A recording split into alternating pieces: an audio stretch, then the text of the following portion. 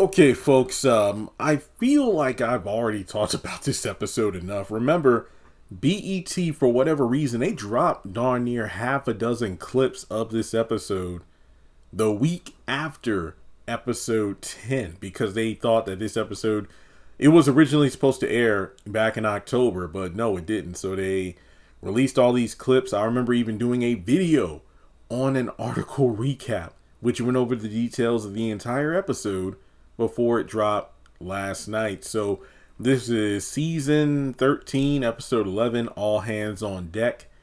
I'm not going to focus that much on the Curtis and Floyd storyline because I feel like they dropped like 5 clips on that alone. And then the one clip of Malik talking with Janine. That storyline to me, it only consisted of a few minutes of the episode, but it was definitely the main storyline in my eyes because of the relevancy of it. Also, I did a video about this week's Assisted Living, Season 5, Episode 11, Cancel Culture. Great episode, 10 out of 10. I think it definitely relates to the House of Payne episode, Malik's storyline, in that it talks about how social media could be utilized in order to destroy a person's reputation, and along with that, the councilman's opponent, which could in turn potentially lead to a promotion for Malik. So, before we get into it, please take a moment to hit like and subscribe. Follow me on social media. Links are in the description below. And let's jump into it. So I will briefly talk about the Curtis and Floyd thing. Simply put, because the vlogger from the last episode gave stellar reviews on the food truck and its amazing food, business is booming. So all hands on deck means that everybody in the Payne family has to help out. So Ella is actually going thrifting with Glow, so she's out of the picture. Malik has his meeting with the councilman, so he's out of the picture. And currently, you have CJ and Janine prepping the food in their kitchen. Janine isn't too happy about it because, Curtis is doing what Curtis does, barking out orders, giving them an impossible workload without so much as a, dime to, say, hey, thanks for helping out. But Jasmine is drafted because Malik can't do it.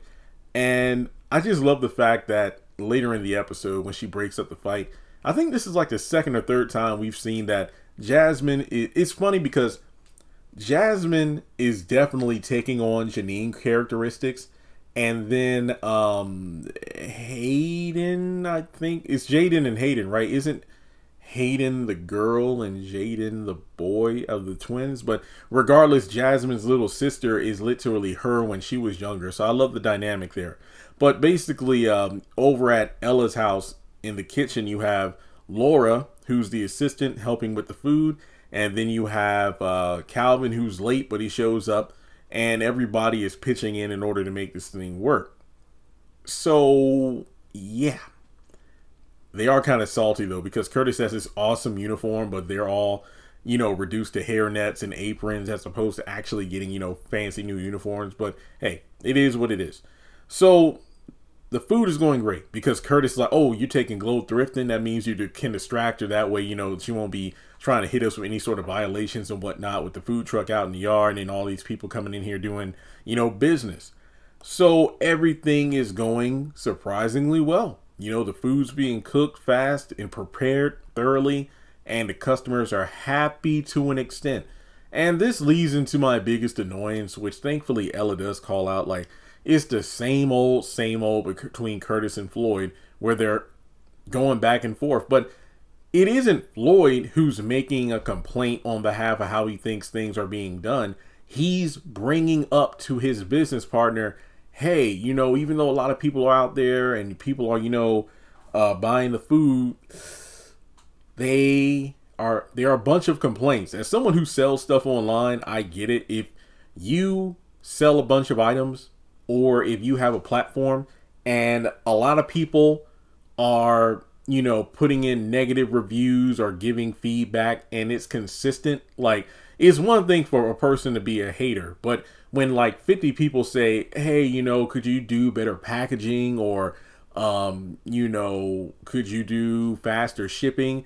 If enough people are, when it comes to videos, like, hey, can you get to the point?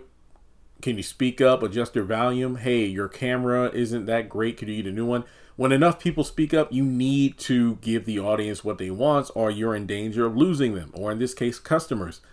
And Floyd simply said, hey, a lot of people are complaining about there being way too much sauce and it's overpowering the meat. That's all he said. But Curtis took it as a personal offense to his cooking skills, and then they get into this meaningless squabble. And as a result, Laura and Jasmine, mainly Jasmine, breaks it up, sends them to their neutral corners, and her and Laura had to clean the kitchen because Ella said before she left, my kitchen better be spotless by the time I get back. So after she does, and the kitchen is clean, it turns out things kind of fizzled out because of the humongous fight they had. The vlogger opted to stop covering the food truck. Customers and everything is left, and they basically lost. And it's Curtis's fault. I don't care what you say. Hey, he's a fan favorite, but this is just another prime example of him blowing his top. And as a result, he screwed the pooch. I mean, this has happened so many times where Floyd sets up a potential gold mine for the food truck. Hey, I got us this interview on the news station, or hey, I got us, this distributor and whatnot. But then Curtis gets greedy or doesn't want to give credit where credit is due. He flies off at the mouth and then ruins everything. So truth be told, Floyd would be better off without him if he found a competent business partner. I think Floyd would just thrive, and Curtis, well, he's going to flop. It's because of his own attitude. So Ella just says, hey, maybe it's best you end the partnership for the sake of your friendship. And then by the end of the episode, we get to the part, which was a sneak peek as well, where they signed some sort of contract. And it turns out that, any money that was made, was supposed to be split 50-50. But Floyd's like, no, I need to get my investment back, and then we can split whatever's left. And Ella shakes her head in agreement. But Curtis is like, no, well, the contract is signed, but it hasn't been filed yet, Floyd. But that's not how it works. Basically, if Floyd invested money, then he needs a return on his investment. And then from there, any money left over is what's split 50-50. But yet again, they argue, and then that's the end of that crap. But we do know that from the synopsis on the following episode, this dispute does carry over. So let's get into the storyline I actually care about. So the councilman comes over. Turns out there's video footage, very bad footage, of the opponent's daughter being drunk in public, getting arrested, and he's telling Malik, hey, go on her social media and see if you can find any other incriminating evidence in order to use, because this could destroy our opponent and give us a landslide victory. So Malik is feeling a bit, trouble about this smear campaign. So he talks to his mom about it, and she recounts how she's so happy social media was not a thing when she went through her whole addiction thing, because people love to let you know about what you did in the past. It doesn't matter if you've grown from your mistakes or whatnot.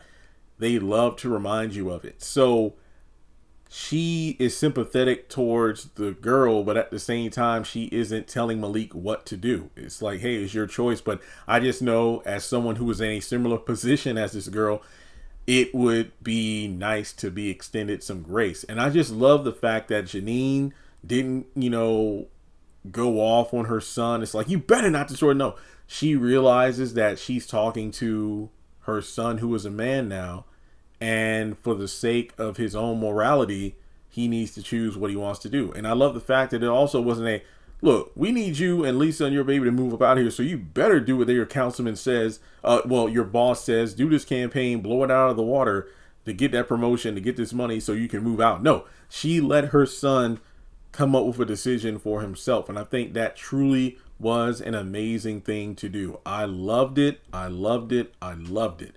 Now from there, by the end of the episode, Malik talks with the councilman basically. Oh yeah, also a funny gag. He's like, yeah, sorry I'm late. I just had to run to the food truck while they were still open, and too much sauce, but the food is good. So again, I love that running gag. So essentially, Malik comes up with a plan saying that rather than dropping the bomb on the opponent's daughter, publicly, why don't you do something where you arrange a private sit down showing him that, hey, I got this video and a whole bunch of other things that we could use in our campaign to destroy you, but we're not going to do it. I want to show you that even though we have the power to easily win this campaign through smear tactics, I want to go above that and showed that, hey, we can actually win by going the positive route. And I love how Malik said that, hey, even though we could do this publicly, it could backfire, because think of it this way. What if we do this campaign, but then it blows up in terms of people thinking that, wait a minute, this guy's insensitive. I mean, literally, she's going to ruin this person's life in order to win. So it's better to do things behind closed doors, because, I mean, you think about it this way. His opponent could have done something like, oh, wow, my daughter got arrested for being drunk and everything like that. But then we can twist it into a, recovery story, like, hey, we're sending my daughter has a drinking problem, but I'm doing me and my family, we're doing the best we can to be the support system she needs right now. She's going to, go to rehab, or, what is it called? AAA, what is it, like, Anonymous or whatever. Basically, we're going to make sure she gets all the attention and love she needs to overcome any problems we have. So yes, I'm pretty sure there are some of you out there who either have a drinking problem or you have a child or family member. So trust me, I know how it is. So they could twist this campaign to their advantage with sympathy. So Malik actually made a very good call, and his boss appreciates it. So I gotta say, pretty solid episode. I would give it a 10 out of 10, but the whole Floyd and Curtis thing, I ain't really. That should have been like the B plot. That was the storyline that could have used some trimming. The fat could have been trimmed off of that in favor of more focus on the Malik storyline. So I will give this episode a very solid 8 out of 10. But it also was cool to see the rest of the family helping out Curtis too. And Laura, love her or hate her, she did look kind of cute in that outfit. So yeah, good stuff. 8 out of 10. But let me know your thoughts in the comments below. Like and subscribe, and I will catch you in the next video.